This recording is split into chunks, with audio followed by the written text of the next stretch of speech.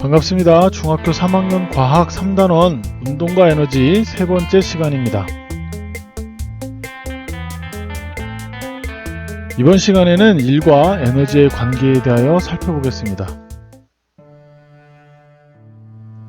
우리는 일상생활에서 정신적, 육체적 노동이나 직업활동에 참여하는 경우 일을 했다고 표현합니다.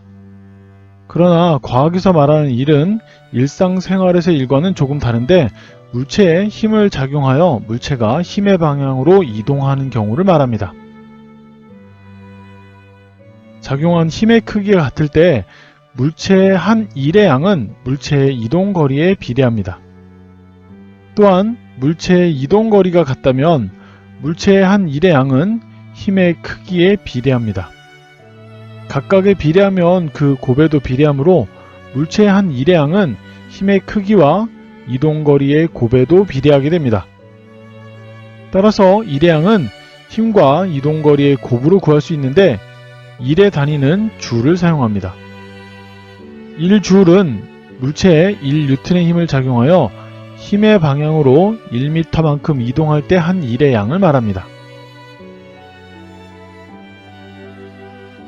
물체는 지구 중심 방향으로 중력이 작용하기 때문에 물체를 들어 올리려면 물체에 작용하는 중력인 무게와 그 크기가 같고 방향이 반대인 힘이 필요합니다. 따라서 물체를 들어 올리는 것은 중력에 대하여 일을 한다는 것을 의미합니다. 중력에 대하여 한 일은 무게와 들어 올린 높이를 곱해서 구할 수 있습니다. 무게는 질량의 9.8을 곱해서 구하므로 중력에 대하여 한 일은 9.8 곱하기 질량 곱하기 높이로도 구할 수 있습니다. 높은 곳에 있는 물체가 아래로 떨어지는 이유는 중력이 작용하기 때문입니다. 따라서 물체가 아래로 떨어진다는 것은 중력이 물체에 일을 하고 있다는 것을 의미합니다. 중력이 한 일은 무게와 떨어진 높이를 곱해서 구할 수 있습니다. 무게는 질량의 9.8을 곱해서 구하므로 중력이 한 일 역시 9.8 곱하기 질량 곱하기 높이로도 구할 수 있습니다. 무언가 일을 한 것 같지만 한 일의 양이 0인 경우도 있습니다. 일의 양은 힘 곱하기 이동거리인데 여기서 일의 양이 0이 되려면 첫째 이동거리가 0이면 일의 양도 0이 됩니다. 왜냐하면 0에는 어떤 수를 곱해도 0이 되기 때문입니다. 그림에서처럼 벽을 민다고 생각해보면 힘은 작용했지만 이동거리가 0이 되므로 한 일의 양은 0이 됩니다.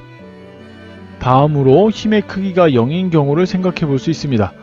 그림에서처럼 마찰이 없는 얼음 위에 썰매가 일정한 속력으로 이동하는 경우나 우주 공간에서 우주선이 일정한 속력으로 이동하는 경우를 생각해 볼 수 있습니다.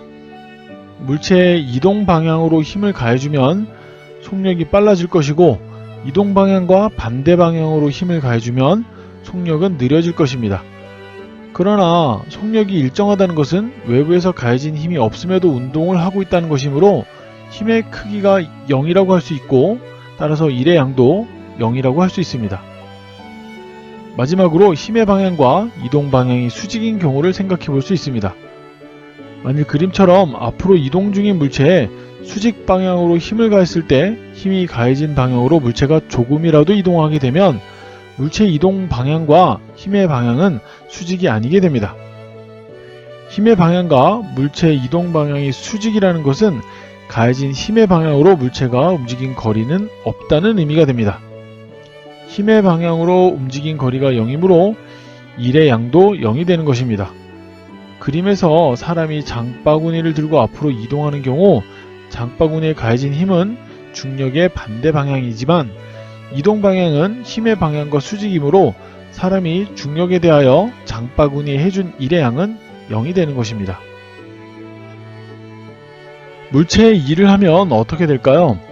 그림같이 지면에 말뚝을 박는 항탁의 추를 들어 올리려면 중력에 대하여 일을 해주어야 합니다. 높이 올라간 추를 놓으면 추가 아래로 떨어지며 말뚝을 박는 일을 하게 됩니다. 이처럼 일을 할 수 있는 능력을 에너지라고 하는데 어떤 물체에 일을 해주면 그 물체의 에너지는 증가하고 물체가 일을 하면 물체의 에너지는 감소하게 됩니다. 이처럼 일은 에너지로 에너지는 일로 전환될 수 있으며 에너지도 1과 같은 단위인 주를 사용하게 됩니다. 다음 시간에는 위치 에너지에 대하여 살펴보겠습니다. 고생하셨습니다.